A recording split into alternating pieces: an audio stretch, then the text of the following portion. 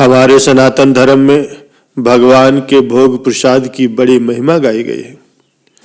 प्रत्येक मनुष्य को परमात्मा को भोग लगाने के उपरांत ही भोजन ग्रहण करना चाहिए।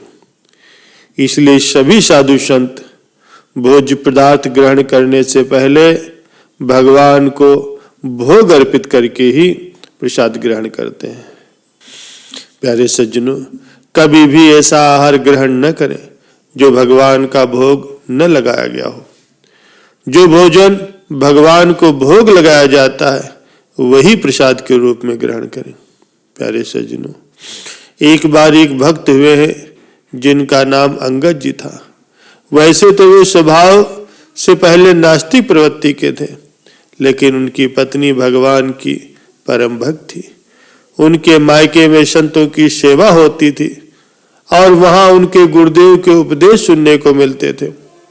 विवाह के बाद जब वे अंगद जी के साथ ससुराल आए तो देखा वहां राज वैभव तो था, लेकिन न ही किसी संत का कभी दर्शन होता, न ही कभी सत्संग होता और न ही कोई साधु संत दरवाजे पर आता।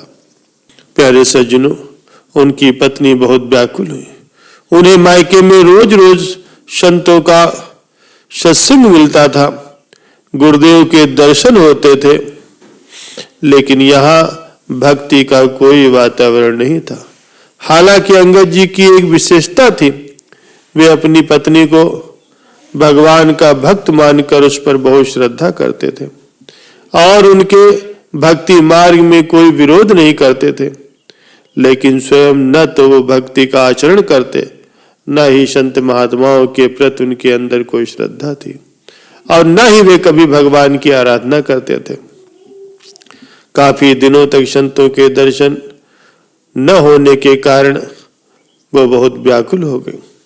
उन्होंने अपने मायके में पत्र लिखा और प्रार्थना की कि सद्गुरुदेव भगवान से निवेदन करें कि वे कृपा करके एक बार हमारी ससुराल पधारें और दर्शन दें, क्योंकि मैं यहाँ से बाहर नहीं जा सकती और मेरे पति संतों के प्रति श्रद्धावान नहीं। जब मायके के लोगों ने अपने गुरुदेव से प्रार्थना की तो वे करुणा के सागर गुरुदेव आने के लिए सहमत हो गए। गुरुदेव के आगमन से अंगद की पत्नी काफी हर्षित हुई। उन्होंने चरणामृत ग्रहण किया, गुरुदेव की आरती उतारी, भोग अर्पित किया और गुरुदेव को आसन पर विराजमान कराया। फिर वे धीरे धीरे उनके चरण दबाने लगी। इतने में अंगद जी वहां गए और अपनी पत्नी को किसी संत के चरण पकड़े हुए देखा तो ये दृश्य देखकर वे क्रोधित हो गए और संत भगवान से बिगड़ने लगे। पत्नी के तो होश ही उड़ गए। इतनी प्रार्थना के बाद गुरुदेव स्वयं वहां पधारे थे और अब उनके पति ही उनका अपमान कर रहे थे। अब मैं अपना जीवन समाप्त कर दूंगी। जब मेरे सद्गुरुदेव भगवान का ही अपमान हो गया तो न तो मैं तुम्हारा स्पर्श करूंगी और न ही तुमसे कोई वार्तालाप करूंगी, न ही तुम्हारे घर का अन्नजन ग्रहण करूंगी। मैं अपने शरीर को ही नष्ट कर दूंगी, क्योंकि मेरे बुलाने पर ही मेरे गुरुदेव का यहाँ पर आगमन हुआ था और फिर अपमान हो गया। अंगद जी अपनी पत्नी पर अत्यंत आसक्त थे। उनकी ये प्रतिज्ञा सुन करके उनका हृदय व्याकुल हो उठा। उन्होंने भी अन्न जल का त्याग कर दिया और जब कई दिन बीत गए तो वे अपनी पत्नी के चरण पकड़ करके बोले, तुम जानती हो कि मैं तुम्हारे बिना नहीं जी सकता। कृपया मुझे बताओ कि तुम्हें कैसे प्रसन्न कर सकता हूं। अंगद जी की पत्नी ने कहा, यह तुम सच में मुझे प्रसन्न करना चाहते हो तो हमारे सद्गुरुदेव भगवान के चरण पकड़कर उनसे क्षमा याचना करो, उन्हें मना करके यहाँ वापस लाओ और यहाँ आकर के उन्हें भोग लगाओ। यदि वे यहाँ भोग ग्रहण कर लेंगे तो हम भी उनका प्रसाद पाएंगे और हमारी दिनचर्या फिर से पूर्ववत हो जाएगी। अंगद जी भक्ति भाव से नहीं बल्कि अपनी पत्नी के प्रति आसक्ति के कारण वे उनके गुरुदेव के पास गए। उन्होंने उनके चरण पकड़ करके क्षमा याचना की। प्यारे सज्जनों, संतों का स्वभाव ही करुणामय होता है। कितनी भी बार कोई उनका अपमान करे, लेकिन जब कोई सच्चे हृदय से उन्हें दंडवत करता है तो वे सहज ही कृपा कर देते हैं। सद्गुरुदेव उनके साथ जाने के लिए मान गए। घर आने पर दोनों ने मिल करके उनके चरण धोए, उन्हें भोग लगाया और फिर चरणामृत ग्रहण किया। हालांकि अंगद जी ये सब भक्ति भाव से नहीं बल्कि अपनी पत्नी को प्रसन्न करने के लिए कर रहे थे, लेकिन जैसे ही गुरुदेव का चरणामृत ग्रहण किया उनके हृदय में पश्चाताप होने लगा।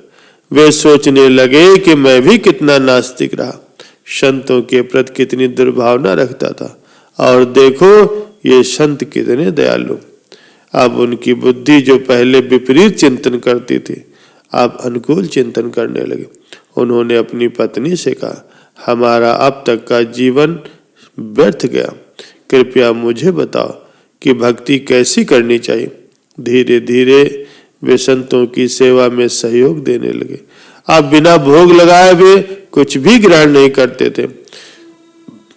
वर्षों से उनकी यही दिनचर्या बन गई, पहले भगवान को भोग लगाना और फिर केवल प्रसाद ग्रहण करना। साथ ही साथ अंगद जी ने 4 पार्षद भी नियुक्त कर दिए, जिनका कार्य था कि जहां कहीं भी संत दिखाई दे उन्हें घर बुला करके लाओ और भोग लगाओ। प्यारे सज्जनों, अंगद जी बहुत वीर पुरुष थे और वे राजा के भतीजे थे। एक बार उन्होंने किसी राजा पर आक्रमण कर दिया और विजय प्राप्त कर उसका मुकुट जीत कर ले आए। उस मुकुट में 101 हीरे जड़े थे, जिसमें से एक हीरा अत्यंत ही मूल्यवान था। अंगद जी को इस विशेष हीरे का मूल्य और महत्व ज्ञात था।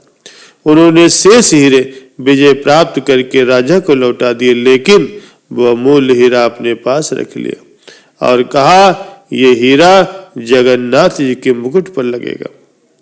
राजा के कुछ मंत्री और विशेष स्वभाव के दरबारियों ने राजा को उकसाया, उस हीरे की कीमत आपके पूरे खजाने से भी अधिक है, आपको इसे हर हाल में वापस ले लेना चाहिए।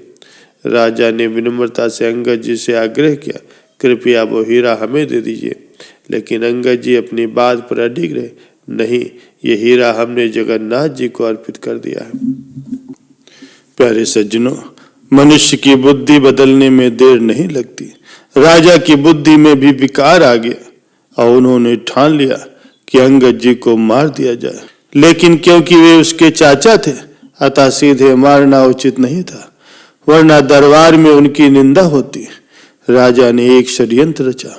उन्होंने अंगद जी की बहन, जो कि राजमहल की रसोई तैयार करती थी, को अपने पक्ष में करने का प्रयास किया।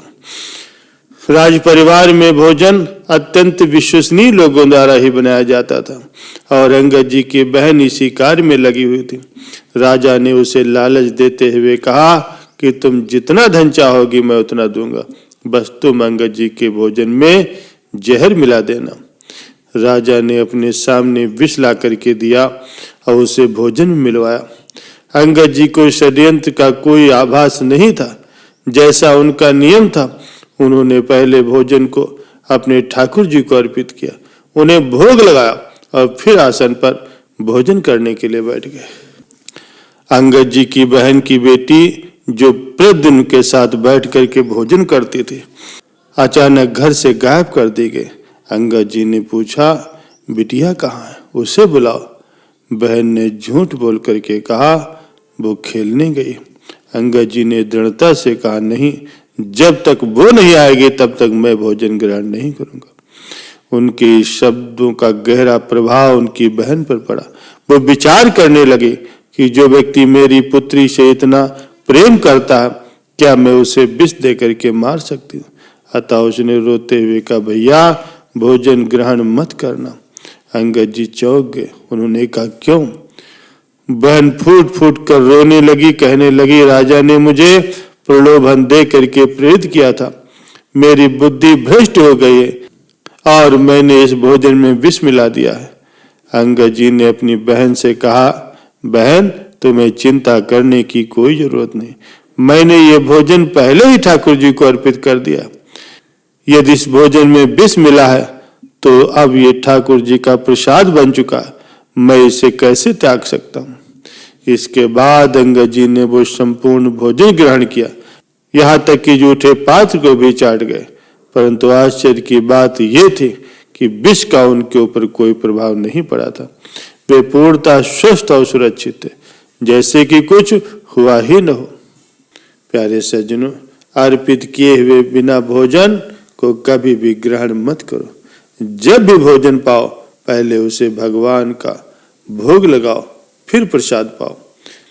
और ऐसी स्थिति में जहां भगवान को भोग लगाना संभव नहीं है और भोजन सामने आ गया है, तो बस 1 मिनट के लिए आंखें बंद करके अपने इष्ट देव का स्मरण करो और मन ही मन प्रभु को उस भोजन का भोग लगाओ और फिर 2-1 बार नाम जप करके भोजन ग्रहण करो।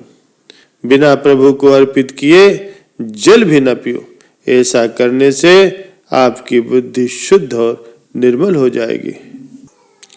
प्यारे सज्जनों, भगवान ही गुरु के रूप में, संत के रूप में भोग प्रसाद खाते हुए दिखाई देते हैं। और जिसने वो महाप्रसाद पा लिया, उसके विचारों में, उसके भावों में, सब में अंतर आ जाता है। उसका अभिमान तो नष्ट होता ही है और वो भगवत प्राप्ति का अधिकारी भी हो जाता है।